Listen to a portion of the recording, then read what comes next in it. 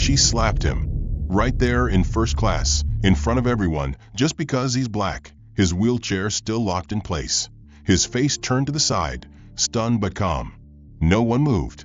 No one breathed. Because the moment her hand connected with his skin, everything stopped. What she didn't know, what none of them knew, was that she hadn't just assaulted a passenger. She detonated her own life. But that's not how this started. This began long before the slap. It started with a look, a smirk, a question disguised as policy, and a quiet man who had endured one humiliation too many. This isn't just a story about a flight gone wrong. It's about power, prejudice, and what happens when someone finally chooses not to stay silent.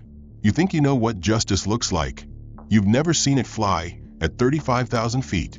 Watch closely, because nothing in this cabin is what it seems. What would you have done if you were there? Tell us in the comments.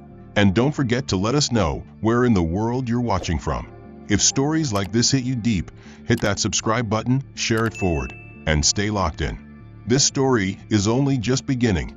Karen Whitmore stood at the boarding gate with a clipboard clutched tightly against her chest, the corners of her mouth held in a practiced smile that masked judgment sharpened over 15 years of routine. Her gaze swept across the terminal with military precision, eyes scanning passengers as if each one were a code she could break in seconds. When she saw him, a black man in a power wheelchair approaching the priority boarding lane, accompanied by a quietly efficient gate agent, her brow tightened just enough to betray her discomfort.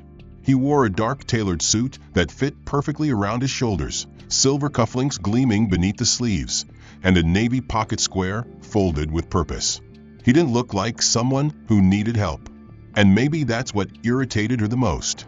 The wheelchair hummed softly as he maneuvered forward, his hands skilled on the joystick, posture upright with a quiet dignity of someone used to commanding rooms. But to Karen, he was already a problem. She stepped directly into his path with a smile stretched too wide and a tone that sounded like protocol laced with doubt. "Good afternoon, sir. May I see your boarding pass?" Daniel Wright offered calmly, voice steady and polite as he said, "Seat 1A." Karen's eyes flicked to the pass and lingered, not to confirm the seat, but to make sense of what she assumed had to be a mistake. She said, drawing the sound out just enough to invite skepticism from the white couple behind him. "That's one of our premier seats." "Yes," Daniel replied evenly. "I chose it deliberately." Karen hesitated, then turned to a younger colleague, whispering something with clipped urgency. The younger attendant glanced at Daniel's pass, gave a quick nod, and confirmed its validity, but Karen wasn't ready to let it go. "Well," she said, stepping aside, "we'll see if everything checks out."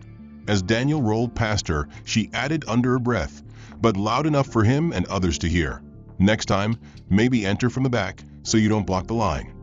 The words slid out coded in fake cheer, but Daniel heard every syllable like a slap. He didn't respond, not immediately. Instead, he made his way into the cabin, the buzz of murmurs rippling behind him. Inside, first class shimmered with gold-toned lighting and polished fixtures, the leather seats wide and spotless, waiting to cradle executives, celebrities, and, in Karen's mind, everyone but him. As Daniel approached 1A, he shifted into the familiar routine of transferring from chair to seat, gripping the armrest with precise control, using the strength in his shoulders to pivot carefully. It wasn't graceful, but it was effective, something he had perfected over years of necessity. Karen entered moments later, and noticing his wheelchair still partially in the aisle, immediately bristled. "Sir, we'll need that stowed immediately. You're blocking traffic." "Give me 30 seconds, Daniel replied, slightly out of breath. "I'm almost done." Karen let out a theatrical sigh. "Some of us have work to do." Daniel didn't dignify the comment with a response. Instead, he folded his wheelchair into the storage slot beside the galley, securing it in the latch as quietly as possible. A few rows back, a businessman in a navy sports coat looked up from his tablet and frowned, watching Karen with the faintest shake of his head. Daniel finally settled into the seat, adjusted the lumbar support, and let out a long exhale through his nose. The cabin was cool, but sweat formed along his hairline, not from exertion, but restraint. Minutes passed. Passengers continued to board. Karen moved up and down the aisle, offering her best face to those she deemed important and breezing past Daniel like he wasn't there. At one point, she leaned in close to another flight attendant and whispered, "This is what happens when you let diversity quotas write the manifest." Daniel heard that too. The whisper wasn't meant to carry, but it did. He closed his eyes and gripped the armrest, knuckles whitening just for a second before he loosened his hold. This wasn't new, but it still burned. When a woman in the aisle paused to adjust her bag, causing a minor delay in boarding, Karen turned and gestured toward Daniel. "Sir, can I ask that you keep your chair better positioned next time to prevent bottlenecks like this?" Daniel, who hadn't moved his folded chair in 10 minutes, glanced up slowly. "Are you speaking to me?" "I'm speaking to whoever's responsible," Karen shot back, her tone crisp, professional, and cutting. Daniel's reply came evenly, his voice low but sharp. "If you have a problem, say it clearly. Otherwise, keep walking." Karen gave a tight-lipped smile and walked away.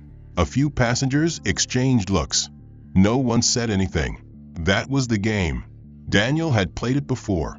Absorb, endure, rise above. But it still left bruises, invisible but deep. He shifted in his seat, adjusted his lap belt, and stared out the window at the tarmac. He had paid for this flight, just like everyone else. But he knew already this ride would cost far more than dollars. And it was just beginning. Daniel could feel the weight of her gaze returning.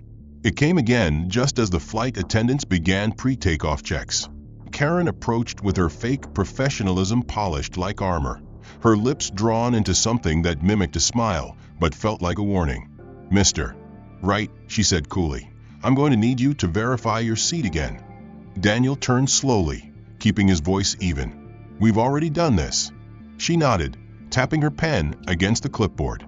"There's been a late seating reassignment. The manifest updated after your boarding. You've been moved to 10C. His stare didn't blink. "That's economy." Karen shrugged. "It's not ideal, but it happens. The system sometimes flags accessibility concerns and reallocates seating. I'm just following protocol." Daniel knew protocol, and this wasn't it. "Are you saying a man who paid for 1A, confirmed it online, had it printed on his boarding pass, can be moved without notification after boarding?" Karen didn't answer directly. "Please be ready to change seats before we taxi." Daniel's jaw tightened, but he nodded once, deliberately, and said, "Let's see the lead attendant then." Karen's smile thinned into a line. "I am the lead." "Then bring the captain," he said. "Or don't. Either way, I'm not moving." Her nostrils flared, and for a moment she looked ready to snap, but then she simply turned and walked away, her heels clicking with clipped precision. Around him, the murmurs began again, low, polite, performative concern, like people talking about a fire they hope won't spread to their row. Daniel sat back, heart thudding, not from fear, but frustration. They were trying to wear him down, not through force, but attrition. A slow, methodical erosion of place and presence. 15 minutes passed. No one returned. The cabin filled, announcements began, and the final passengers took their seats. Daniel remained in 1A, silent. Then, as the flight attendants moved through the aisles offering pre-departure drinks, Karen arrived again, this time holding a silver tray. She passed out champagne to the couple in 1B and 2A with practiced charm, then stopped at Daniel's row. She didn't offer the tray. Instead, she placed a plastic cup of water on his tray table, without a word. It was lukewarm. Tap. No garnish. No napkin. Just an unspoken reminder that to her, he didn't belong. "No champagne for me?" Daniel asked calmly. Karen didn't blink. "We reserve alcohol for guests who are cleared for cabin safety. With mobility devices, it's a liability." The lie was smooth, but it didn't even try to hide the disdain. Daniel didn't respond. He simply stared at the plastic cup and took a slow breath. He would not let this woman provoke him. But inside something cracked. It wasn't rage. It was a slow grinding weariness, like a stone being hollowed out by dripping acid. When the in-flight comfort kits were passed out, he received nothing. When a pillow was offered to a passenger with a sore neck, Karen skipped his row. And when he politely pressed the service button to request the custom lumbar support listed on his medical pre-flight file, Karen arrived with a blank stare. "We don't carry those on this aircraft." Daniel calmly pointed to the line on his travel profile, pre-approved by the airline's accessibility department. Karen leaned in slightly and said, "I'm not a physical therapist. I don't do special treatments." Then she walked away. The way she said special sliced deeper than her tone. A man across the aisle looked over, confused by the interaction, but said nothing. Daniel adjusted himself in the seat again, slow and careful. Every inch of movement hurt now, not his body, but the buried parts of his dignity being scraped raw. He tried to distract himself opening a book, but the letters blurred as his mind ran in circles. He thought of his daughter, who once cried after being told her father wasn't like the other dads because he didn't stand for school plays. He thought of boardrooms where he'd been ignored until someone realized he owned the company. And he thought of all the flights before this one, all the Karen Whitmores of the world who wore power like a badge they hadn't earned. He sat with arms folded, spine erect, watching the white noise of clouds drift by through the oval window beside him. It wasn't the physical discomfort that gnawed at him now. It was the relentless precision of the emotional sabotage. Karen Whitmore hadn't raised her voice, hadn't cursed, hadn't said the words she wanted to say, but she had done something far more effective. She had made it clear he was not welcome. And now she was escalating in subtlety. When the beverage cart returned for second service, Karen passed by Daniel without eye contact, without acknowledgement. Instead, she addressed the older white couple across the aisle with an exaggerated warmth that bordered on parody. "Would you like another glass of Dom, mister?" "Blanchard," she asked sweetly. "We've just opened a fresh bottle, extra chilled." Mr. Blanchard, who had been watching Netflix on his tablet, pulled down his noise-canceling headphones and smiled. "Yes, please. Can't fly without it." Karen poured with flourish, the golden liquid dancing in a crystal flute. She repeated the gesture with Mrs. Blanchard, then moved down the row. Daniel sat unmoving, eyes forward, but his voice reached her without effort. "Could I get something other than the tap water?" Karen glanced back. "That's all that was listed on your profile," she replied, lips barely moving. "You didn't request champagne."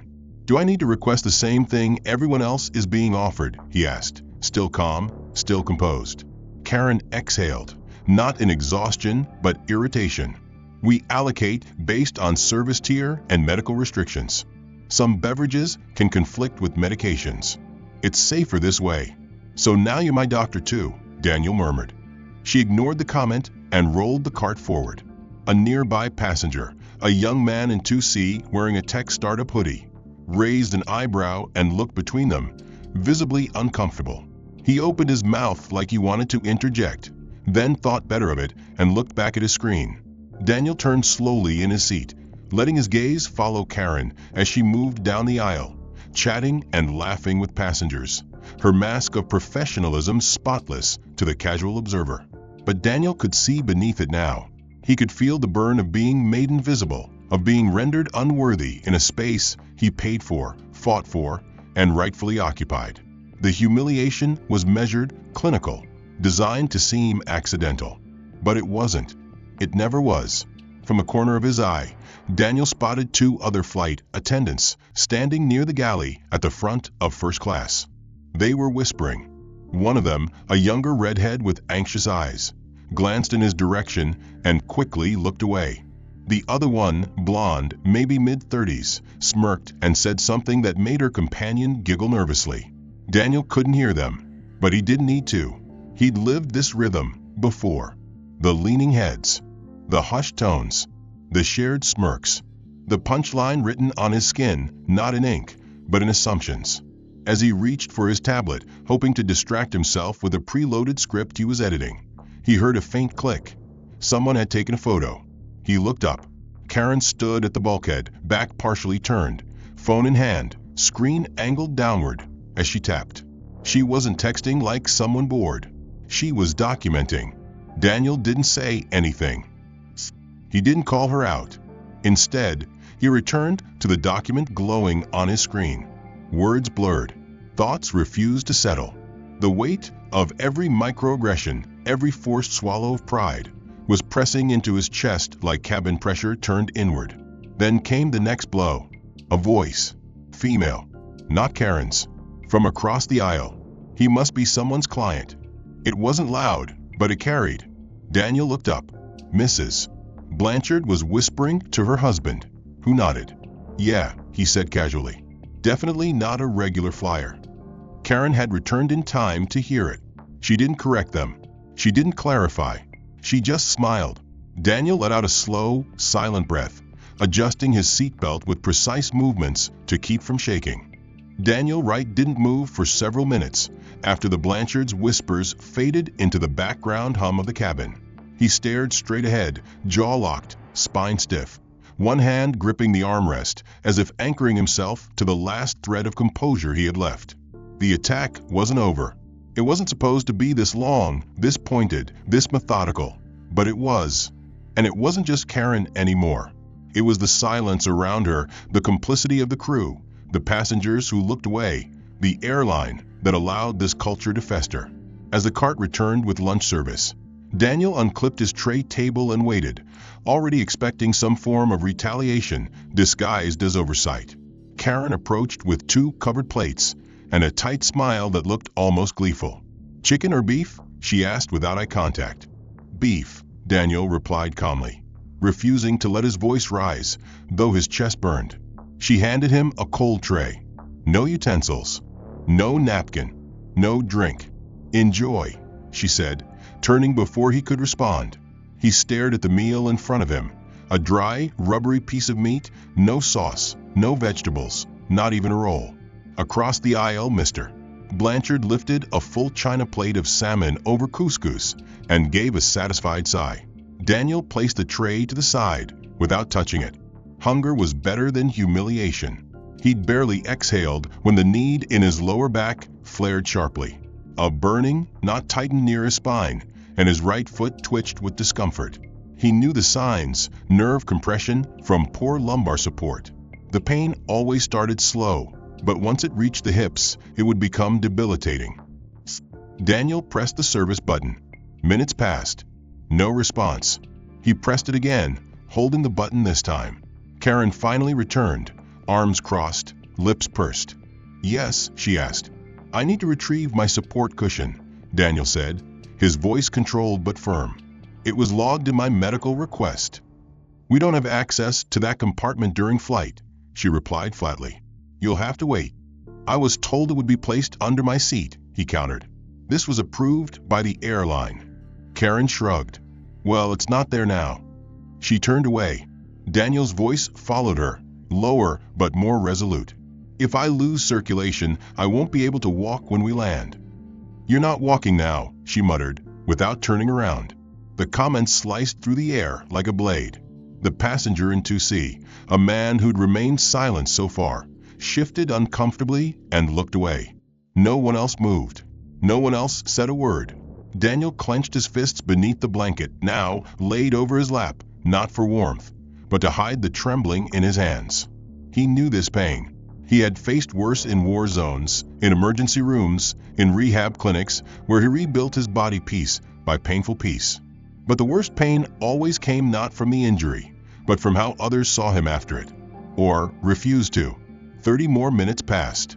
The ache had spread to his left hip. His legs started to tingle. Daniel could no longer sit straight. He pressed the call button again. This time, another attendant responded. Not Karen. A young man named Jacob with nervous eyes and hesitant steps. Is there something I can help with, sir?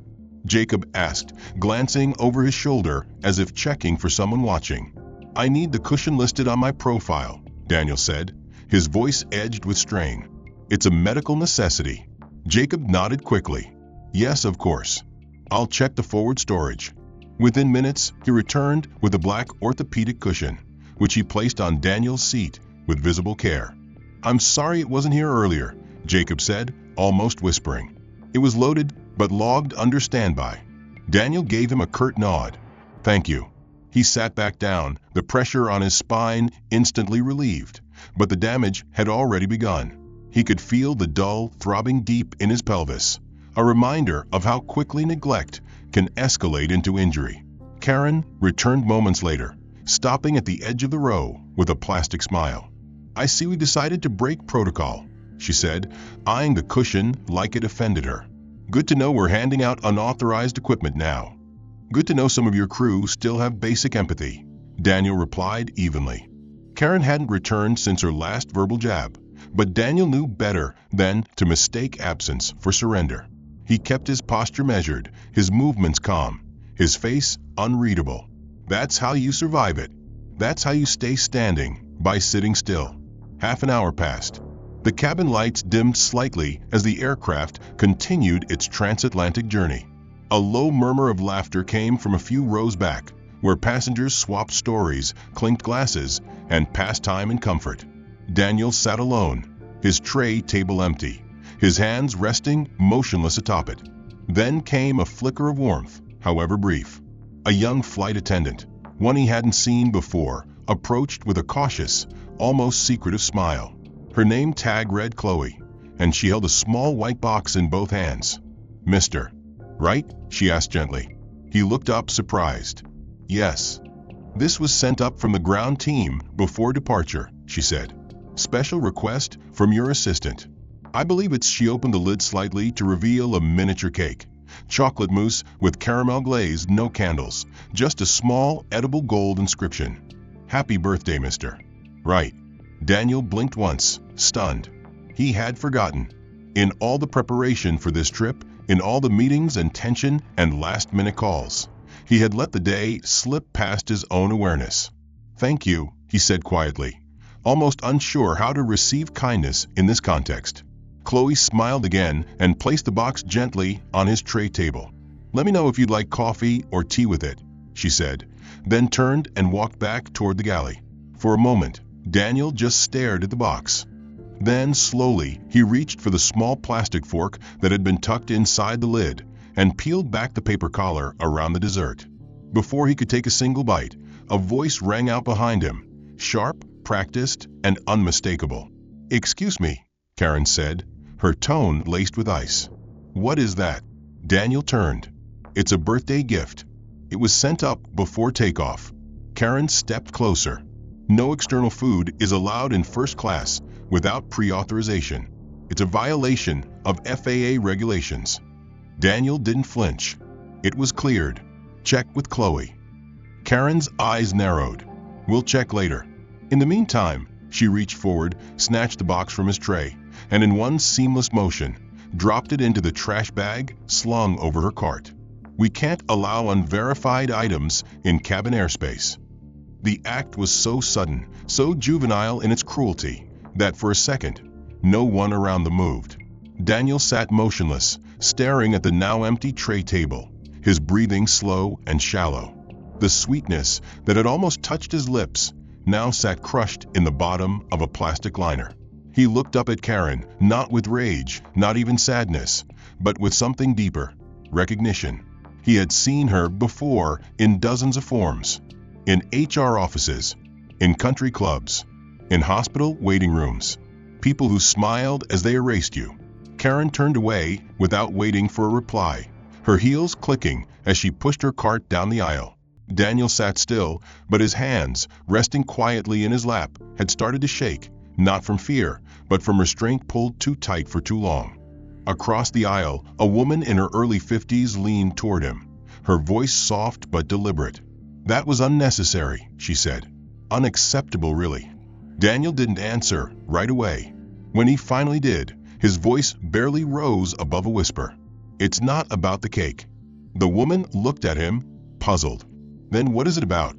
Daniel's gaze stayed on the aisle ahead, where Karen had vanished behind the curtain. "It's about reminding me that I don't belong here. Not in this seat.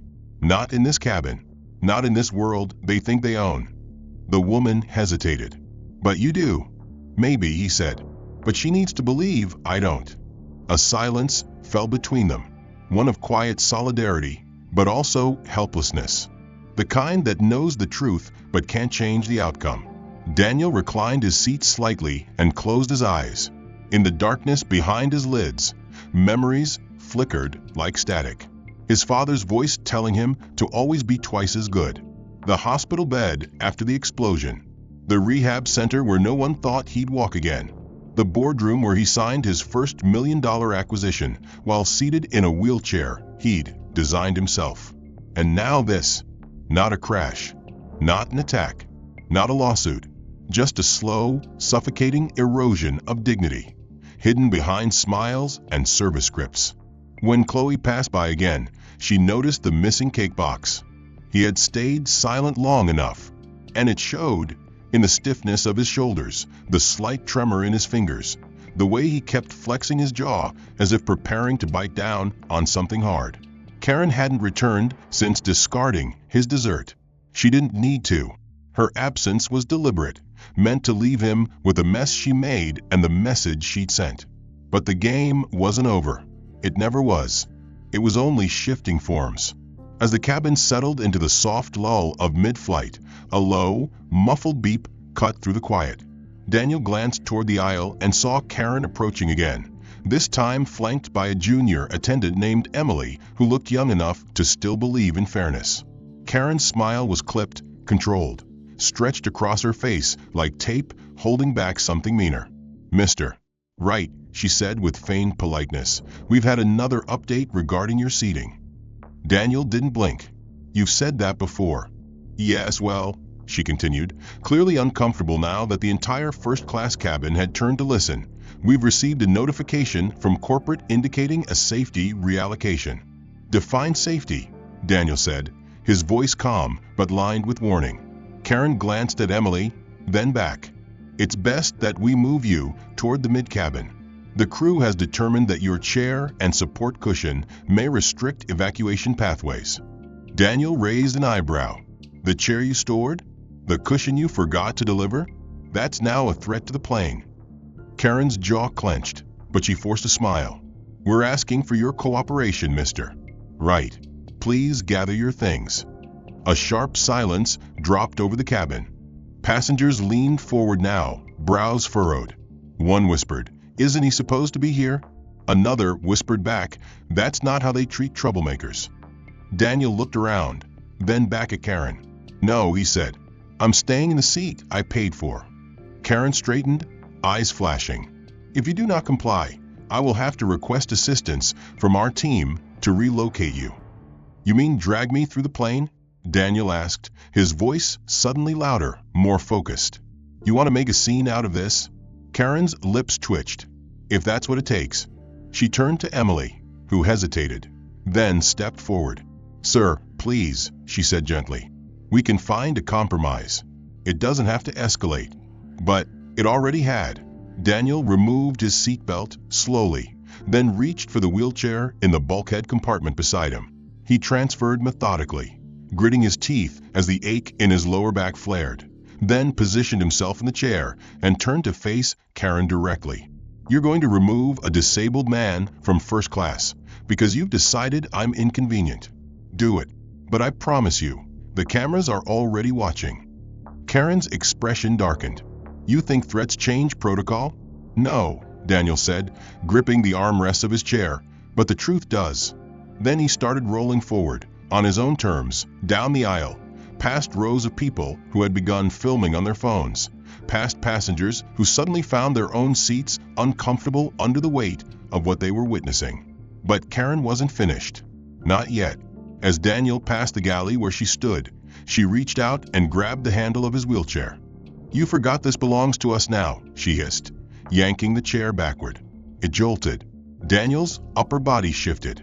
His hands flew off the arms to brace himself. And then, without warning, she slapped him. A hard, open-handed strike across the face. Clean, audible, shocking. The cabin gasped in unison. A steward dropped a wine bottle 2 rows back. Emily covered her mouth. The sound of a passenger yelling, "What the hell?" echoed through first class. Daniel's head tilted with the force, but he didn't fall.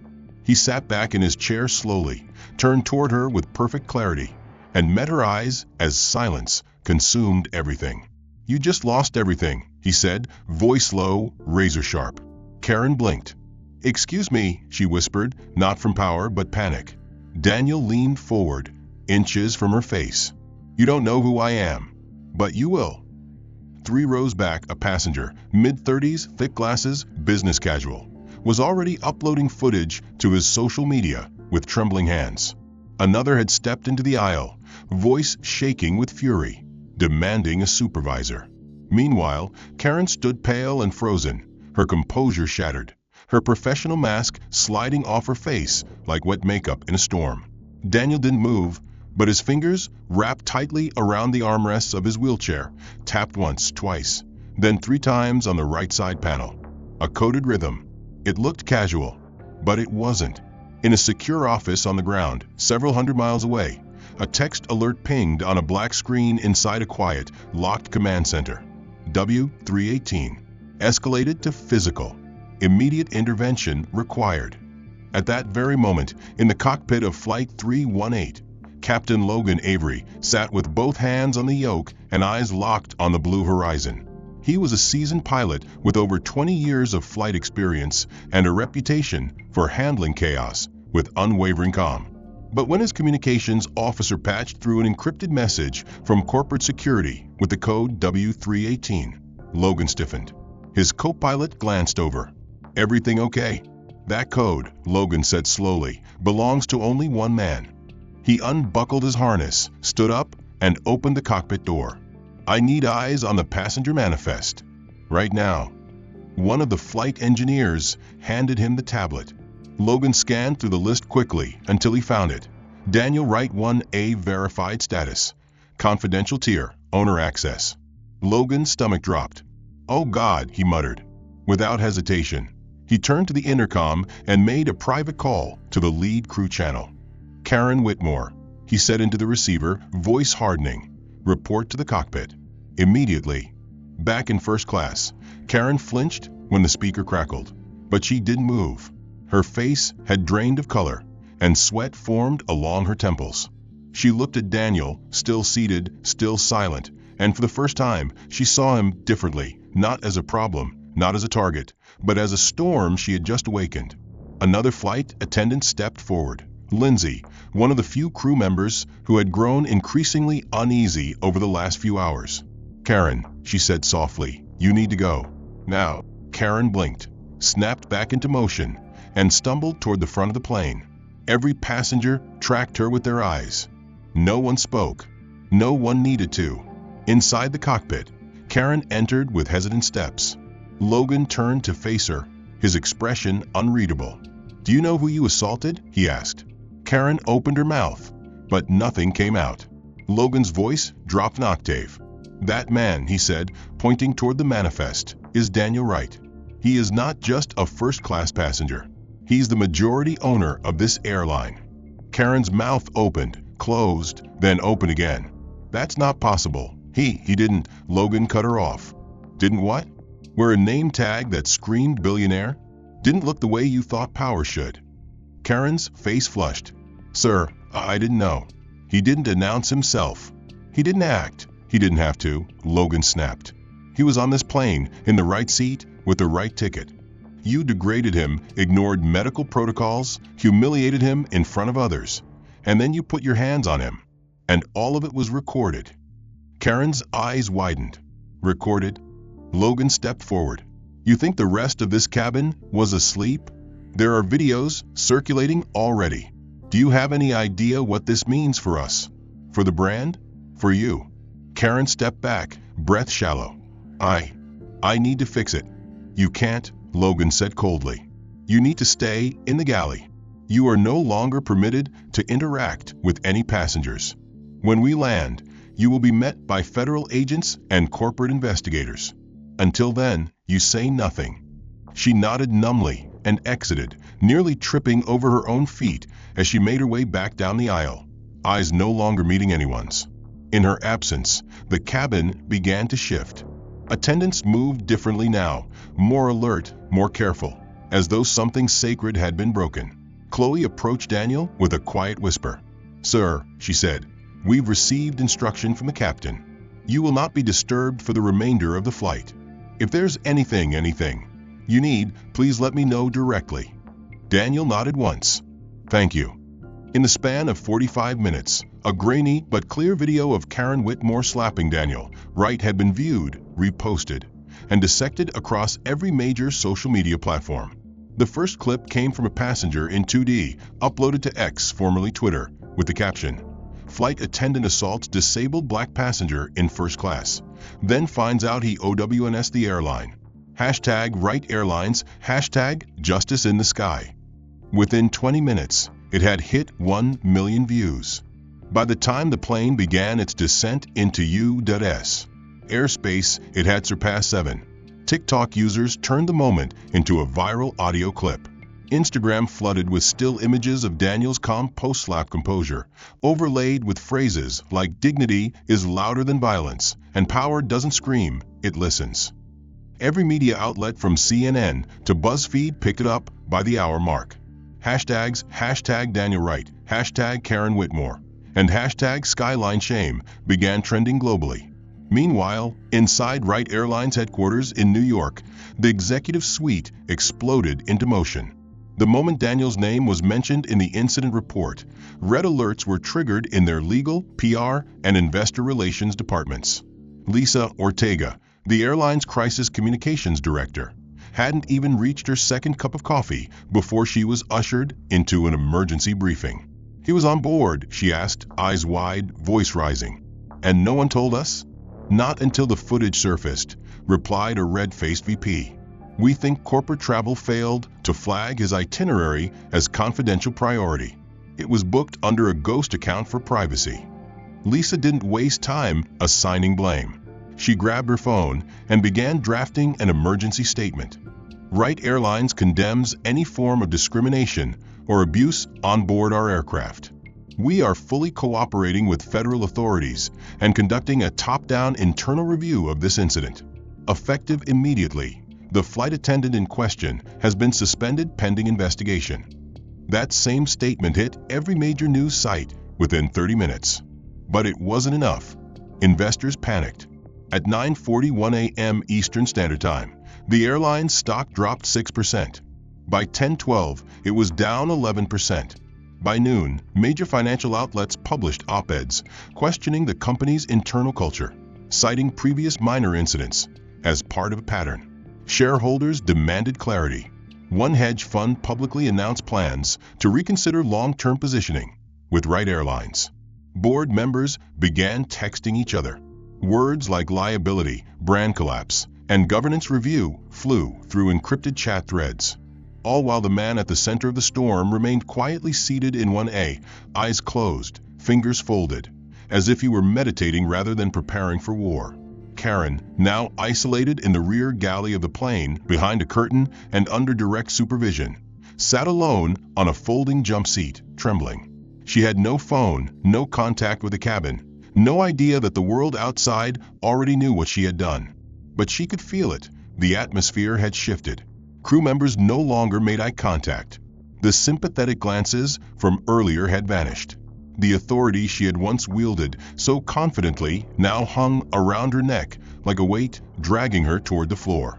She had wanted control. Now she had none. Chloe walked past her once, eyes unreadable, carrying a hot towel for Daniel. Karen whispered, "What are they saying?" Chloe didn't stop. "You'll find out when we land." As the plane began its descent, the pilot made an unusual request. "Ladies and gentlemen, we ask that you remain seated upon landing. Security and corporate agents will board the plane directly." Passengers exchanged glances. Everyone knew. In 10C, the tech worker who first uploaded the video nudged the woman beside him. "Watch this," he said, holding up his phone. The comment section had exploded. "This is the reckoning corporate America needed. She picked the wrong man on the wrong day. They always assume he's no one until he's everything." Back in 1A, Daniel finally opened his eyes. He hadn't slept. He hadn't needed to. The world had moved on its own. He hadn't had to scream. He hadn't had to beg. He had simply let the truth rise, like smoke through sealed vents, until no one could ignore the fire. And now the smoke had reached the tower. Wright Airlines was burning from the inside out, not from a scandal manufactured by tabloids, but from the cold, irrefutable evidence of one woman's arrogance and a system that allowed it. Daniel adjusted his watch, smoothed the crease in his pants, and waited for wheels to touch down. The wheels of Flight 318 touched down on the runway with a thud that seemed to echo deeper than usual, as if the entire weight of what had transpired on board had transferred into the earth beneath them. As the aircraft taxied toward its designated gate, passengers remained in their seats, eyes sharp, phones ready, anticipation thick in the pressurized air. Daniel Wright sat motionless, hands folded over his lap, eyes steady on the aisle ahead. He didn't need to glance out the window to know what was waiting. He could feel the presence of suited federal agents and executives standing just beyond the glass, along with a growing army of cameras and microphones lining the terminal like a wall of truth waiting to crash down. The intercom crackled again, and the captain's voice, clear and calm, echoed through the cabin. "We ask that you remain seated as instructed. Please be patient as authorities board the aircraft. Thank you." A minute later, 2 men in dark suits entered, accompanied by airline security and a third man holding a silver briefcase. Wright Airline's internal counsel. They moved with solemn purpose, passing rows of whispering passengers until they reached the rear galley. There, Karen Whitmore sat hunched over, eyes bloodshot, face drained of color. She looked up as the team approached and whispered, "I made a mistake." The older agent nodded. "You made a decision," he corrected, then gestured toward the aisle. "You'll come with us now." Karen stood on shaky legs, hair disheveled, hands clenched into fists not from defiance, but fear. She was escorted off the plane without resistance. Her walk down the aisle met with absolute silence. No one clapped. No one jeered. They just watched, recording her downfall with the same devices that had exposed her cruelty. One child, no older than 10, turned to his father and whispered, "Is that the bad lady?" The father nodded slowly. "That's her." Karen disappeared behind the curtain, swallowed by the terminal and everything that came next. Within hours of her detainment, her image appeared across every news outlet. Screenshots from the video, headlines with phrases like "Flight Attendant Fired After Assaulting Airline Owner," and "Power, Prejudice," and "The Price of Silence at 35,000 feet." By the following morning, a pre-recorded statement was released online. Karen sat in what looked like a sparsely furnished living room, face bare, hair pulled back, voice trembling as she spoke into a webcam. "I want to begin by saying I am truly sorry for what happened on Flight 318. I acted out of stress, misunderstanding, and," she paused, swallowing hard, "my own bias, which I failed to confront." She continued, her words choreographed by PR damage control. "I never intended to hurt anyone. I didn't know who Mr. Wright was. But that doesn't excuse my actions. I ask for forgiveness from him, from the passengers, and from those watching who were hurt by what I did." Comments flooded the live feed. You didn't need to know who he was. You needed to know he was human. Too little, too late. She's not sorry. She's sorry she got caught. While Karen scrambled for public sympathy, the legal system moved faster. That same day, Daniel's legal team, along with a firm representing disability rights, filed a civil rights lawsuit against both Karen and Wright Airlines, citing egregious violation of ADA protocols, racial discrimination, and targeted abuse. For passengers from first class joined with statements, providing eyewitness testimony and emotional trauma claims. Another 5 announced plans to pursue civil complaints against the airline, citing psychological distress caused by witnessing a violent act committed under corporate authority. Sponsors pulled back. PR firms severed ties. Karen's personal address was leaked by a former co-worker, and she was forced to leave her apartment after protesters gathered outside chanting, "Respect is not optional." Online petitions demanding a federal investigation into airline discrimination surged past 1 million signatures in less than 2 days. Meanwhile, Daniel refused every interview. He didn't post a statement. He didn't appear on camera. Instead, he returned to his office in Manhattan, held a private meeting with the board, and quietly initiated a full internal audit of company policies, diversity training programs, and leadership behavior. In the days that followed, 3 executives were quietly removed from their positions. The culture that had allowed Karen to thrive unraveled thread by thread, not through vengeance, but through precision. And while the world continued to rage and mourn and react, Daniel remained still, unshaken, composed, watching from the same quiet dignity he'd held throughout. The battle had never been about spectacle. It had been about truth. The days turned into weeks, but the story didn't fade. It deepened. Karen Whitmore found herself at the center of a firestorm that didn't stop burning. After her forced resignation from Wright Airlines, she attempted to apply for positions at several smaller regional carriers, but every application was quietly rejected. Her name had become synonymous with airborne discrimination. Her face had become a warning to companies who now viewed her not just as a liability, but as a symbol of everything they had sworn to leave behind. Her savings dwindled quickly under the weight of mounting legal fees, therapy costs, and public image consultants who couldn't salvage a reputation she had personally dismantled in less than 12 hours. Landlords hesitated to renew her lease. Former colleagues ghosted her calls. Even those who once laughed at her jokes in the crew lounge now publicly denounced her, scrambling to distance themselves from the taint of her name. When her apartment was defaced with the words, "Human dignity flies first," scrawled in black spray paint, she didn't call the police. She just sat on the floor, alone, knowing she couldn't outrun what she had done. She tried to go offline, deleting social media accounts, turning off comment sections, even changing her number. But silence didn't bring relief. Silence echoed louder. Meanwhile, the airline's internal reforms were sweeping and unforgiving. Under Daniel Wright's directive, every senior employee underwent a 3-phase evaluation process designed not only to uncover bias, but to eliminate the passive tolerance of it. Entire departments were restructured. A new passenger dignity initiative was launched, including onboard sensitivity officers, anonymous reporting tools for flyers, and mandatory conflict de-escalation certifications for all in-flight staff. Public trust in Wright Airlines, once fragile, began to rebuild, not through spin, but through transparent action. Daniel never gave an interview. He never went on morning television or sat for a cover story.